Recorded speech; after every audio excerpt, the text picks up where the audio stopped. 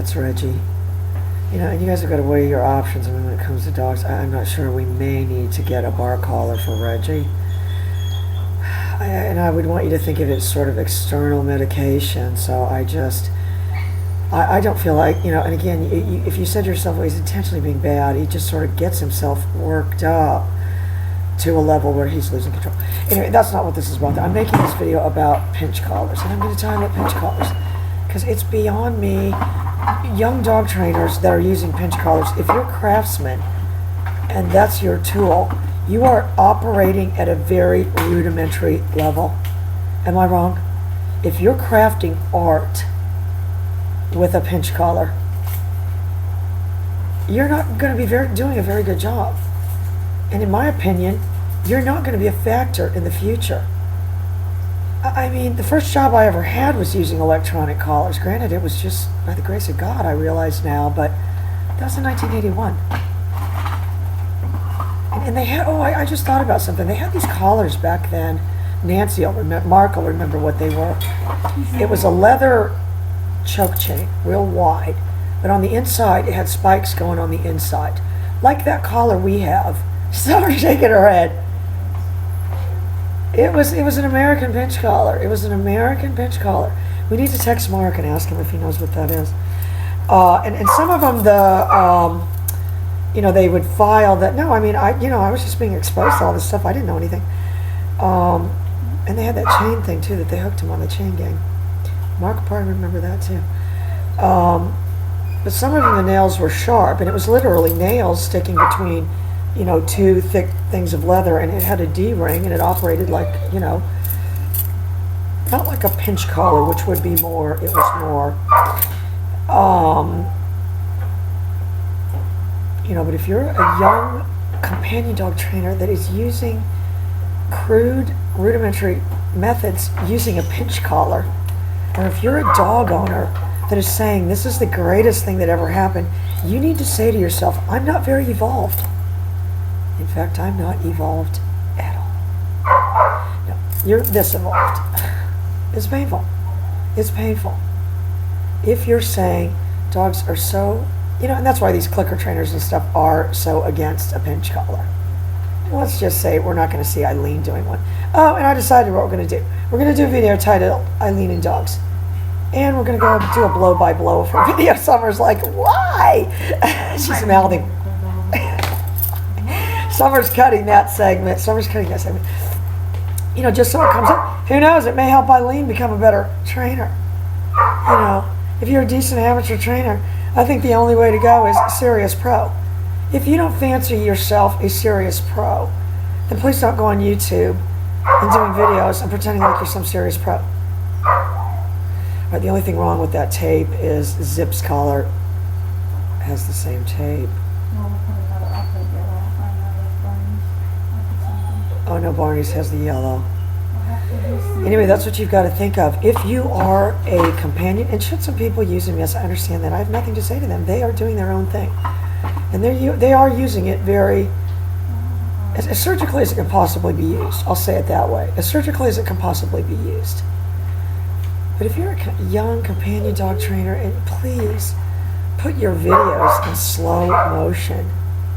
And look, if this dog, it does not have an animated look looking at you, you're not a craftsman. You are not a craftsman. And you should go find another line of work. This business needs craftsmen. When you start adding electronic tools, this begs for craftsmen. I saw this guy making a walking stick, and he carved what looked like a snake on the outside. And he was using a series of tools down to a very fine, like little circular saw thing to carve the, you know, so, well, yeah. And if you said, oh, well, there's people, you know, lost tribes in the Amazon that can do that with just, you know, the tusks of, you know, wild hogs that they found. I mean, I say, they're sure there are. But that's why they haven't evolved any farther than living in the Amazon. You know, you are a craftsman. Any craftsman is going to look for tools. If you said no, singers don't go get electric guitars. You know, that doesn't make any sense.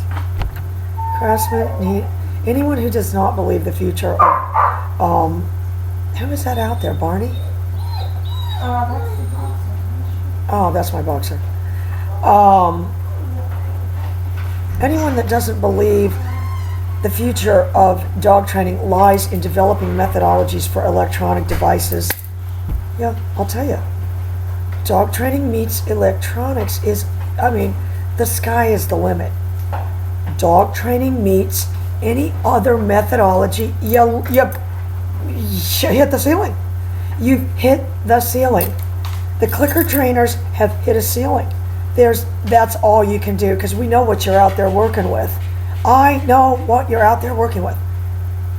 And you got some real difficult, all over the place temperaments.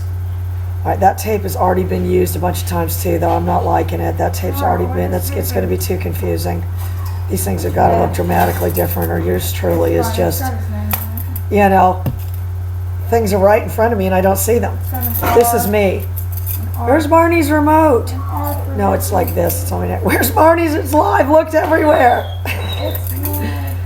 Anyway, he goes, that's this video. If you're a craftsman and a pinch collar is your tool, you're working on a very crude, rudimentary level. If you cannot get electronic tools and work your craft, I don't even know what they would call you, but it would, you would not be, and I would hope that at the very least, the problem is these people don't see themselves as journeymen. They see themselves as 20-something years old, expert. Here's how you use it, and that is a problem. If you do not have mentors, and I would say all the time, I've said since I first started this channel, if it weren't for Jim and Phyllis helping me, and me reading their book and understanding the methodology and understanding the direction that you needed to go with the collar. Because this guy that's messaging me today has this bull terrier. He's in Greece. And clearly Greek isn't his first, clearly it's all Greek to me because English isn't his first language. He was going to buy the dog Edge. I was like, oh my God. So I was saying, don't get it. And he said, well, I thought you said to get it. And I said, well, don't get that one. But if you are a dog trainer and if you are a craftsman and a choke chain, a pinch collar, a clicker, anything non-electronic is your craftsman, then I'm going to tell you two things.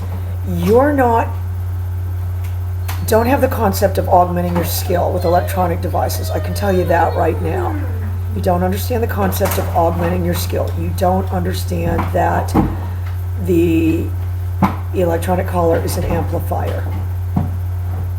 So obviously if you're a bad trainer, and it's going to amplify that. But if you're a craftsman, you're obviously going to be able to take your craft to the next level. So no, I have no tolerance for young companion dog trainers that use pinch collars and choke chains and are going to try to ram down my throat that they're able to do things more surgically, precisely, and produce clean, pretty work, because the work I see, the dogs are not looking at them. And so you're not training the dog, right? If it's not looking at you, we say things like, well, he doesn't want to go to school today. And what role am I playing in this? Am I the world's most boring teacher? Because you guys know I've just turned into this. That's my new character. At dinner and everything. We now go, I need a ruler. That I wave around. Oh no, now I'm turning into that Professor George character. Oh crap. All right, you guys, we gotta go. That's my advice though. Look around. Look on Groupon. If you do not think Sport Dog, that was Freudian slip, Pet Safe, is got people in some kind of think tank coming up with what kind of electronic idea can you throw in front of us, and how much is it going to cost to throw this thing together, and what kind of a little muck can we get to pose in a picture and ram down these people's throat that this is what they need. They are. And if you think these people are serious pro dog trainers, they're not. So serious pros need to get out there, especially young, these guys that have grown up playing video games. You're going to tell me you can't come up with something electronic for dog training? That's painful. That is painful. If you can't, you are a terrible dog trainer. Or lack innovation or lack inspiration. Maybe it's that. You know, I said, if I can inspire one person not to be a craftsman and say a pinch collar is my tool of my trade, if it is, that is painful. That is painful. And it is not. If you said to me, who's the top pinch collar trainer? If these people said Jeff Gelman, I'd said, oh, that would be the first reason not to do it. Because I don't see any pretty work. You know, apparently that one, what's his name, was so offended that I said this guy wasn't a serious pro. He's not a serious pro. I asked Mark. Mark's response was, hell no. Anyway, we gotta go, you guys. I'm not out here to rip on people, but I am out here to rip on the pinch collar. So if you use the pinch collar, if you're anyhow attached to the pinch collar, if there's a pinch collar and there's a leash and you're holding on to it, yeah, I'm ripping into you. I guess. Good one. That was hilarious. Oh, yeah, she thinks she's so funny.